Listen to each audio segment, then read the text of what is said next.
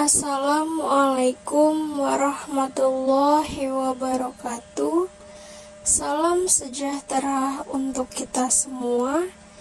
Perkenalkan, saya Siti Nurhaliza dari kelas R3D dengan NPM 2021 21500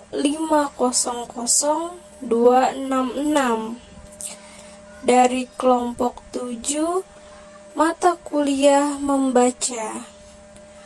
Yang terhormat Bapak Nur Irwansyah MPD selaku dosen pengampu mata kuliah membaca. Baik, pada video kali ini saya akan menjelaskan materi yang berjudul membaca paragraf.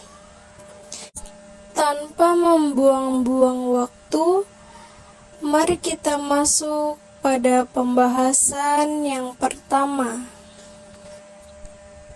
Arti paragraf.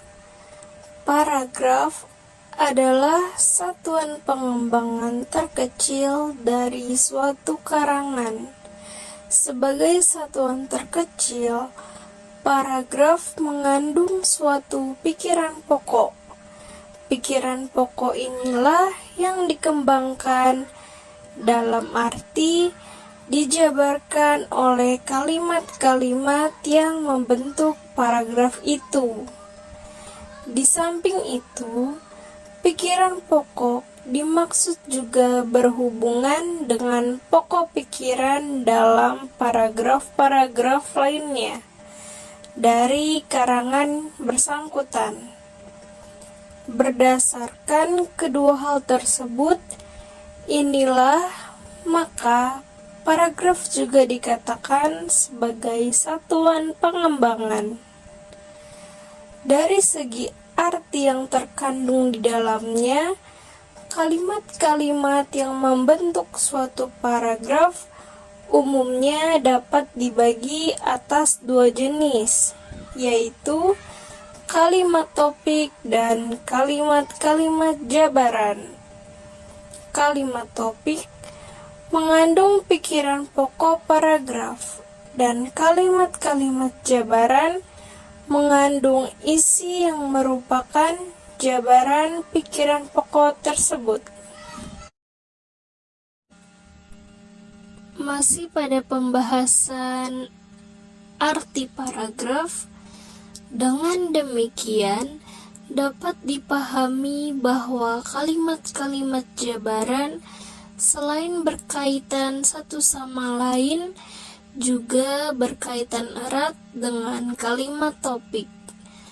Kaitan-kaitan itu adalah demikian kompak sehingga dalam paragraf bersangkutan terdapat koherensi, yang juga merupakan persyaratan dasar pembentukan suatu paragraf di samping pikiran pokok dan pikiran jabaran sebagai dimaksud di atas.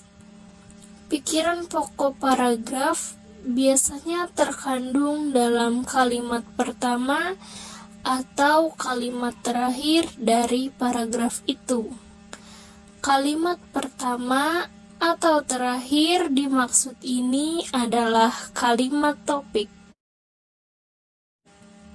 Lanjutan berikutnya, untuk menjabarkan pikiran pokok paragraf, pengarang mempergunakan berbagai cara, antara lain dengan memberikan contoh atau ilustrasi, definisi, perbandingan, pertentangan, uraian, kronologis, dan uraian sebab akibat.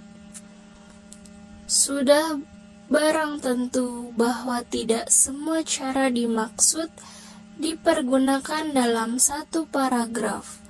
Sifat pikiran pokok yang akan dijabarkan adalah penentu utama bagi pemilihan cara penjabaran yang paling sesuai. Untuk menjabarkan pikiran pokok yang bersifat konseptual, misalnya yang paling sesuai ialah dengan memberikan contoh. Cara manapun yang dipergunakan oleh pengarang, bagi pembaca yang paling perlu ialah mengenali cara itu dengan cepat, sehingga dapat lebih mudah dan lebih cepat memahami isi jabaran pikiran pokok paragraf bersangkutan. Dan demikian, dengan cepat dan tepat memahami isi keseluruhan paragraf itu. Berikutnya ada menentukan pikiran pokok dan pikiran jabaran.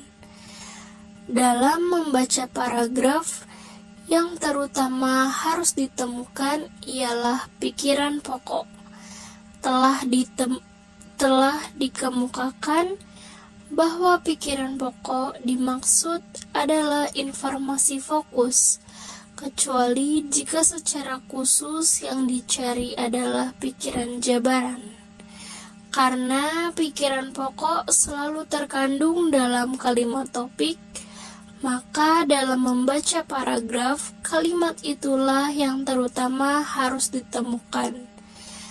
Teknik membaca yang paling tepat dipergunakan untuk menemukan kalimat topik ialah baca layap dan baca tatap. Lanjutan, dengan teknik ini, tidak perlu seluruh kalimat dalam paragraf bersangkutan dibaca. Mata dan pikiran harus dengan cepat mencari kalimat topik dimaksud pada permulaan atau akhir paragraf, atau pada kedua bagian itu, atau di bagian tengah.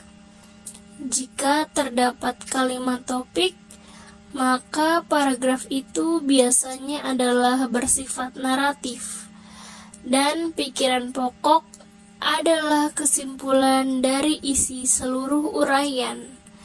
Dalam hal ini, mata dan pikiran harus cepat menangkap kata-kata kunci pada setiap kalimat, dan kemudian menjalin pengertian berupa kesimpulan.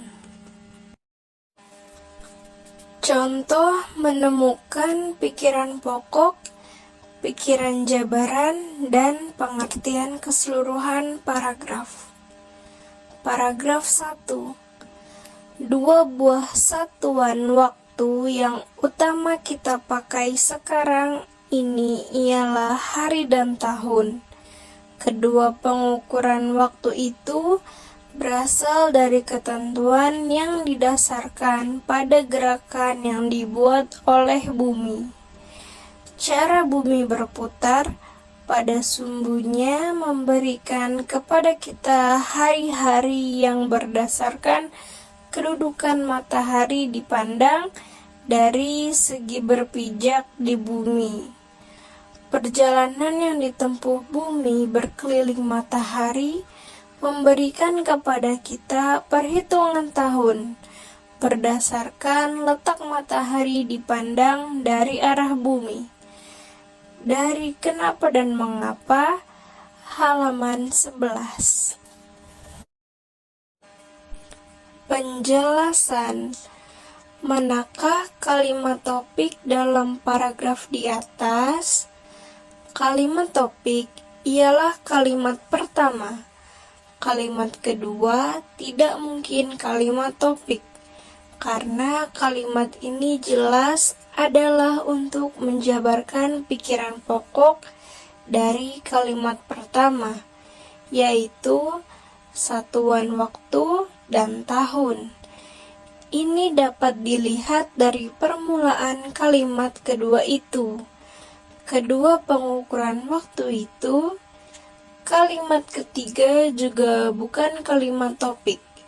Karena ini juga menjabarkan pikiran pokok tadi, sebagaimana dapat dilihat dari bagian kalimat memberikan kepada kita hari-hari.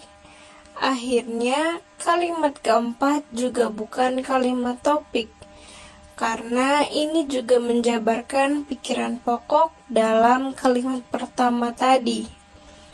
Sebagaimana dapat dilihat dari bagian kalimat memberikan kepada kita perhitungan tahun. Jadi, jelaslah bahwa kalimat topik adalah kalimat pertama, sedangkan kalimat-kalimat lainnya adalah kalimat jabaran. Paragraf 2. Penelitian Sarlito dan kawan-kawan menyimpulkan bahwa 25% mahasiswa tidak mempunyai tokoh ideal atau tokoh yang dikagumi. Namun, di antara tokoh yang dikagumi itu hanya sedikit sekali tokoh nasional yang masih hidup. Kebanyakan adalah tokoh luar negeri dan tokoh sejarah. Mungkin ini merupakan indikasi akan kurangnya tokoh nasional yang mempunyai wibawa terhadap mahasiswa. Kalau hal ini benar, maka berarti generasi muda mahasiswa akan berkembang ke arah yang tidak menentu, karena tidak ada tokoh identifikasi nasional yang bisa membimbing arah perkembangan tersebut. Dari analisis pendidikan tahun 2, nomor 2, 1981, halaman 94.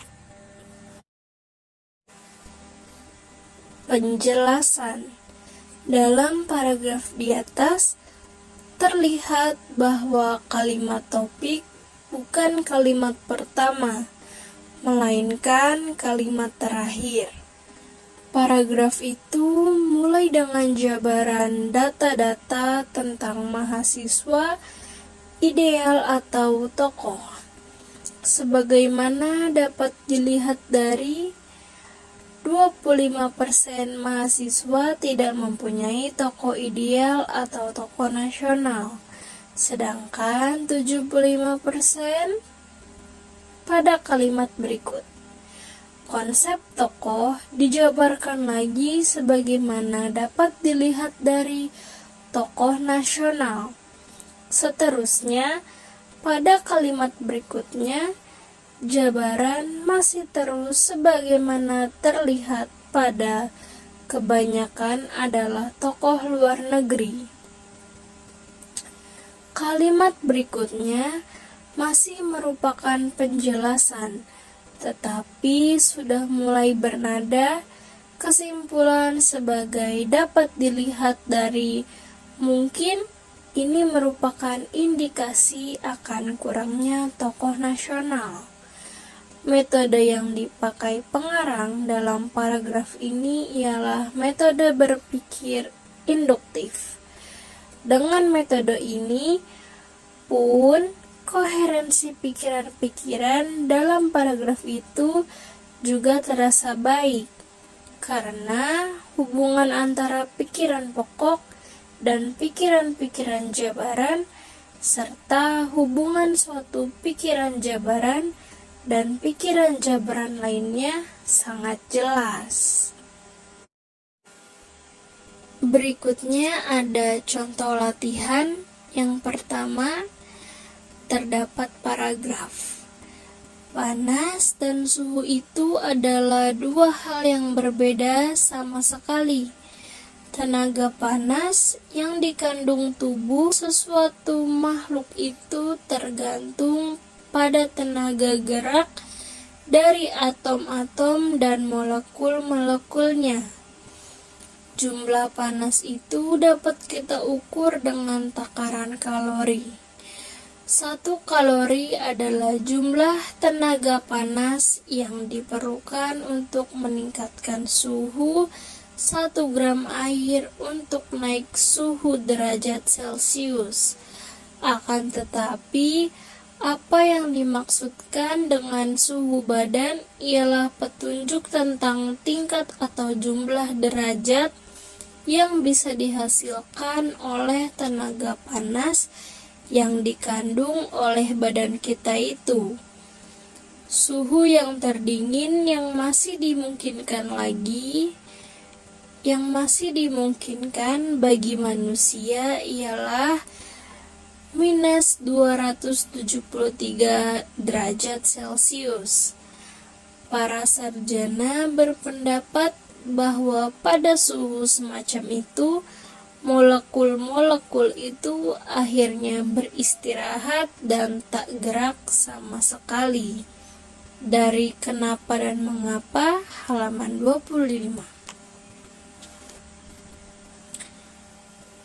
Masih berlanjut, pilihlah jawaban yang paling tepat. Pikiran pokok dalam paragraf di atas ialah A. Jumlah panas diukur dengan kalori. B. Molekul-molekul manusia tidak bergerak lagi pada suhu minus 273 derajat Celcius. C. Pengertian panas dan suhu sangat berbeda. D. Derajat Celcius adalah pengukur suhu. Contoh latihan yang kedua, ada sebuah paragraf juga. Rencana pengangkatan guru yang diperlukan dilakukan sekaligus pada saat merencanakan pendirian sekolah baru. Pendirian sekolah baru tanpa disertai pengangkatan guru adalah ibarat membeli otobus tanpa supir. Peranan guru dalam penyelenggaraan pendidikan di sekolah adalah sentral. Segala inisiatif dan perkembangan sekolah lebih lanjut banyak tergantung pada guru yang menangani sekolah itu. Untuk sekolah-sekolah kecil diperlukan guru-guru tertentu menguasai masalah tersebut. Guru pada sekolah kecil harus tahu dan dapat mengerjakan segala hal dibandingkan dengan guru sekolah biasa. Dari analisis pendidikan D1 nomor 1 1980. Lanjutan. Pilihlah jawaban yang paling tepat. Pikiran pokok dalam paragraf di atas ialah A. Peranan guru dalam pendidikan adalah sentral. B. Rencana pengangkatan guru harus dibuat bersama-sama dengan rencana pendirian sekolah. C. Guru pada sekolah kecil harus dapat mengerjakan segala hal. D. Pengembangan sekolah banyak tergantung pada inisiatif guru. Simpulan. Paragraf adalah satuan pengembangan terkecil dari suatu karangan. Sebagai satuan terkecil, paragraf mengandung suatu pikiran pokok. Pikiran pokok inilah yang dikembangkan dalam arti dijabarkan oleh kalimat-kalimat yang membentuk paragraf itu. Pikiran pokok paragraf biasanya terkandung dalam kalimat pertama atau kalimat terakhir dari paragraf itu. Dalam membaca paragraf, yang terutama harus ditemukan ialah pikiran pokok. Telah dikemukakan bahwa pikiran pokok dimaksud adalah informasi fokus, kecuali jika secara khusus yang dicari adalah pikiran jabaran, karena pikiran pokok selalu terkandung dalam kalimat topik. Maka dalam membaca paragraf, kalimat itulah yang terutama harus ditemukan. Baik, selesai sudah materi yang saya jelaskan tadi. Mohon maaf bila terdapat kesalahan pada pengucapan. Saya ucapkan terima kasih. Wassalamualaikum warahmatullahi wabarakatuh.